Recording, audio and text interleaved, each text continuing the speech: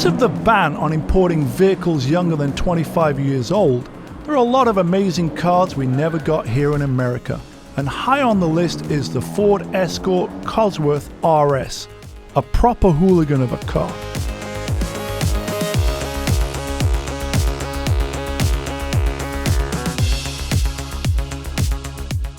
So what's a hooligan? Well, to stereotype, basically it's a young geezer, right? He might be working his days on the building site before spending his nights down the pub, plotting next week's plan of attack on the football match, yeah?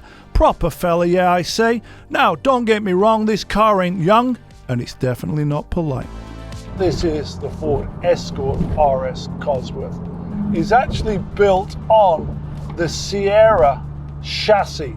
Now, Ford needed to do that because the Escort was going to be four-wheel drive, and there just wasn't enough room in the existing Escort chassis.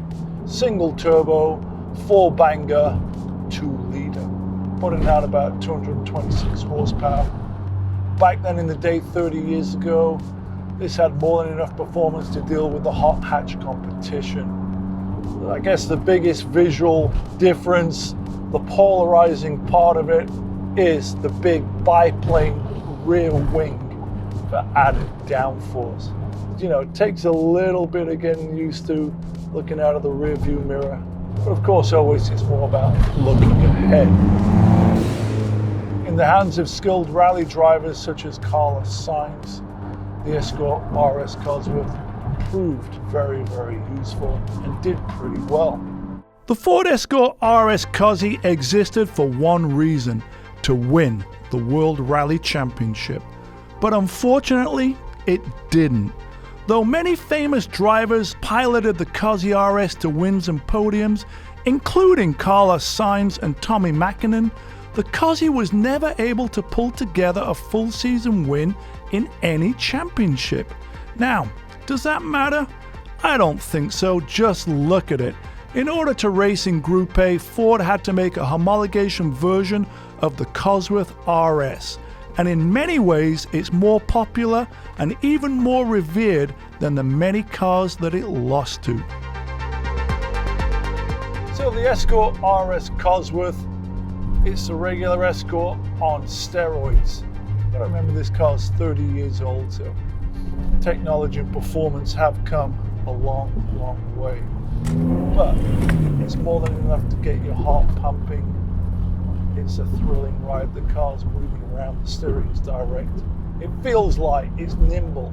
The car's small and compact. By today's modern standards, this really is a compact car. But as you can see here, I went from 5th down to 4th to 3rd just to try and stay on boost and have some acceleration. So there's a lot going on. You're constantly ducking and weaving and moving and shifting. But it's fun. It just makes you want to keep going through the gears.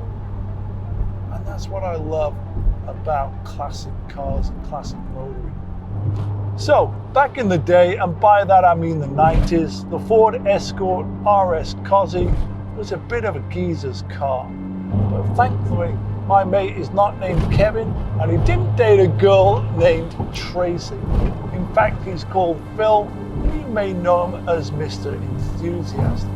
He does have great taste in cars, and he has opinions to match.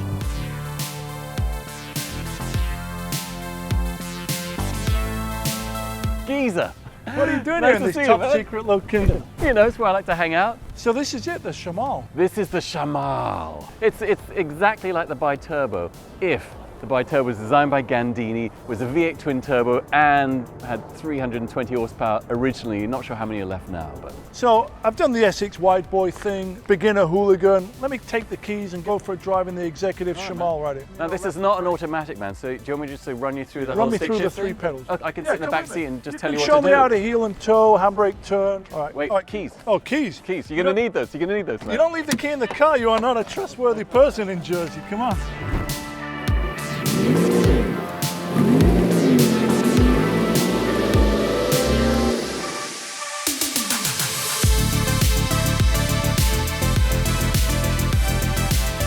So, why the Shamal?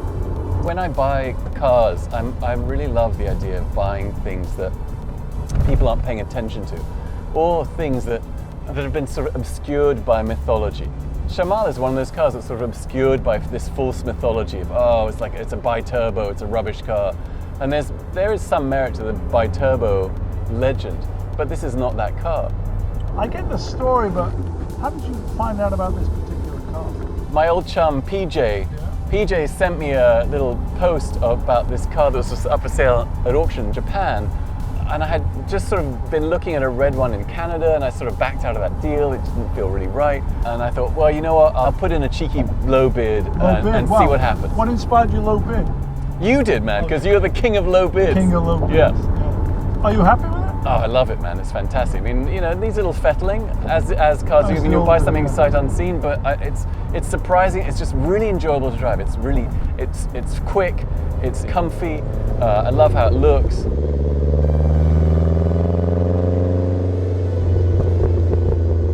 So, Cosy, I mean, look, I used to have a Mercedes 190 Evo 2 with the massive wing, and there's something kind of amazing about the idea of big manufacturers like Ford putting a massive, ridiculous wing on the back of a car, production car. So Ford, big wing. Also, you know what else I like about the Cosworth, man? And this is going to be a bit of a weird English thing, but when I talk to people of my age about the Ford in England, if you're a posh bastard like me, you have a specific idea of who should have this car. Yeah, Kevin and Tracy. Yeah, and you won't like this car because of that. Right. And that makes me like it. Of course, because you are the pathological contrarian. Is there anything better than driving your mate's car through Jersey at night? Well, yes, of course. Driving two of your mate's cars through Jersey at night.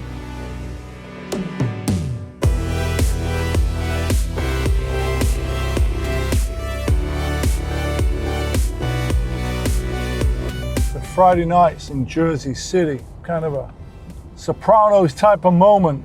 I'm in the Italian Maserati Shamal, not to be confused with the Maserati bi-turbo. This has 2 cylinders more. That means V8, twin turbo, box flares, styled by Gandini, with the Lamborghini Countach rear wheel arch style line. So we're going to press on a little bit and see how this thing is through the gears. First impressions, super duper comfortable. Supposedly this is the executive hooligan car. They didn't make many of them. I don't know if it's 375, seems to be the word, the rumor. Came out in 1989, the end of the 80s excess era. Feels pretty luxurious to me. Here we have two hooligan cars. You've got the upstart brawler Cosworth RS, a car with a chip on its shoulder, always looking for a fight. And then you've got the executive hooligan with the Shamal. It's an Armani suit covering up a neck tattoo. Now, both cars are legal to import, and like Jersey itself, both cars are easy to underestimate and overlook. But just be warned, you might be doing so at your own peril.